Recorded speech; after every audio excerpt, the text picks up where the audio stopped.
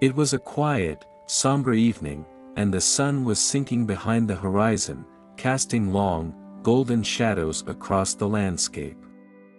The cemetery, tucked away on a hillside just outside the town, was bathed in an ethereal light, its stone markers standing solemn and silent like sentinels of the past. The wind whispered through the trees, and a few scattered leaves danced along the narrow paths, swirling in delicate spirals.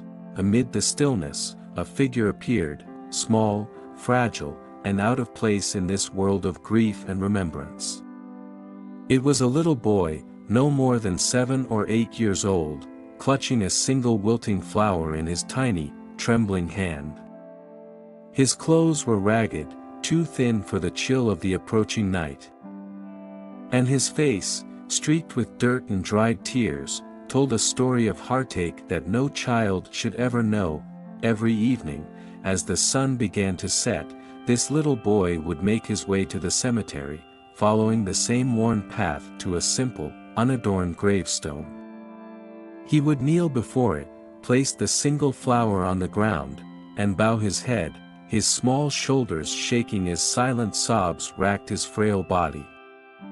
It was as though the weight of the world pressed down on him, and in those moments, the vast emptiness of the cemetery seemed to mirror the vast emptiness in his heart.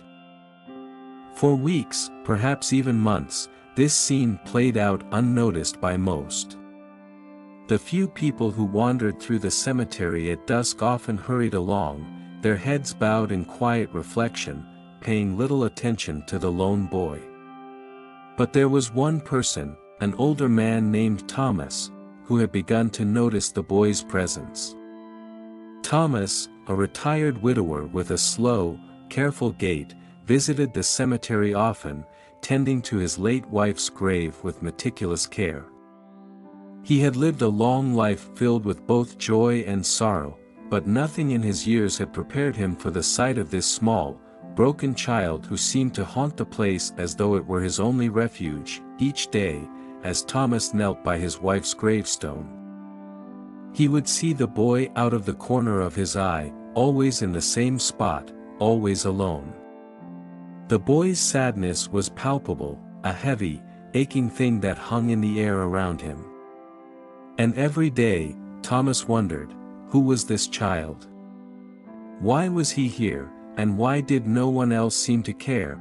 But it wasn't until one particularly cold and windy evening, as Thomas was about to leave the cemetery, that he found himself unable to walk away. He watched the boy kneeling at the same grave, the wind tugging at his thin clothes, and something inside Thomas stirred, an old, familiar ache, the kind that only a lifetime of loss could bring. With a deep breath, Thomas began to walk toward the boy, his cane tapping softly against the stone path. As he approached, he could hear the boy's quiet sobs, each one breaking the stillness of the evening like the crack of a heart splintering in two. When he was close enough, Thomas cleared his throat gently, not wanting to startle the boy. "Hello there," he said softly, his voice kind but hesitant. The boy flinched at the sound, as though he hadn't realized anyone was nearby. He quickly wiped his face with the back of his hand, trying to hide his tears, but his red, swollen eyes gave him away. He looked up at Thomas, his face full of both fear and curiosity. Thomas smiled gently, though his heart ached at the sight of the child's pain. "I've seen you here before," he said, crouching down so that he was at eye level with the boy. "You come every day, don't you?" The boy nodded slowly, his small fingers clutching at the hem of his worn jacket. He didn't speak, but his eyes, those wide, sorrowful eyes, were pleading, as though he wanted to tell his story but didn't know how. Thomas glanced at the grave in front of the boy. It was simple, marked with a modest headstone that read, "In loving memory of Margaret Collins." Beneath the name were the dates of her birth and death, and it became clear to Thomas that this was the boy's mother. "This is your mother's grave, isn't it?" Thomas asked gently, The boy's lower lip quivered, and he nodded again, more vigorously this time.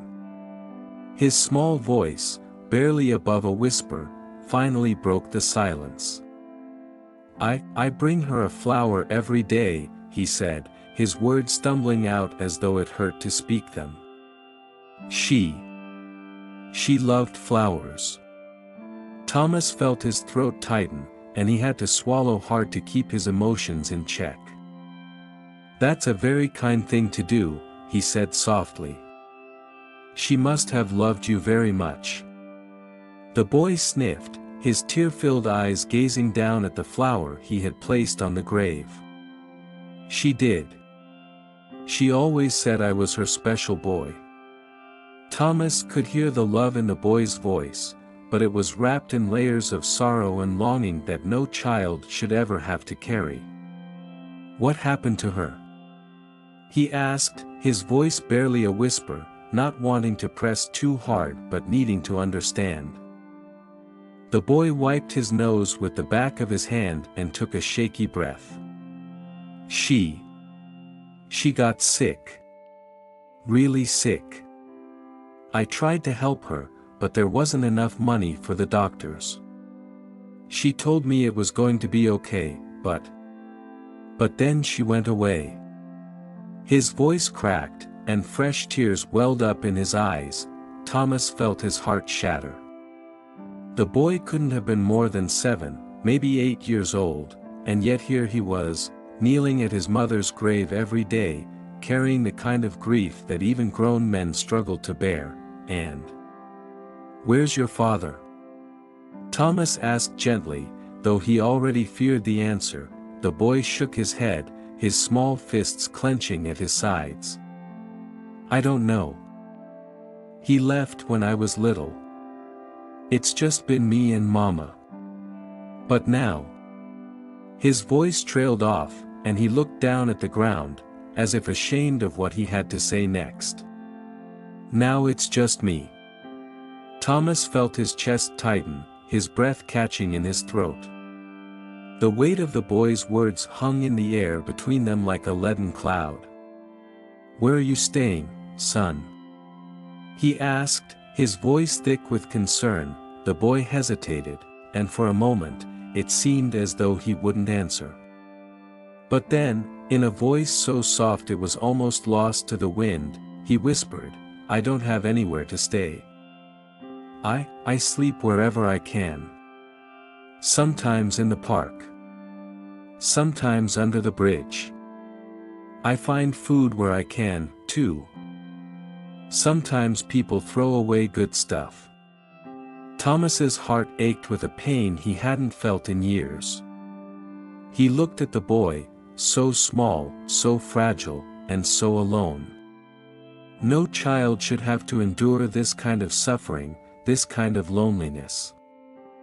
For a long moment, Thomas was silent, trying to process everything he had just heard.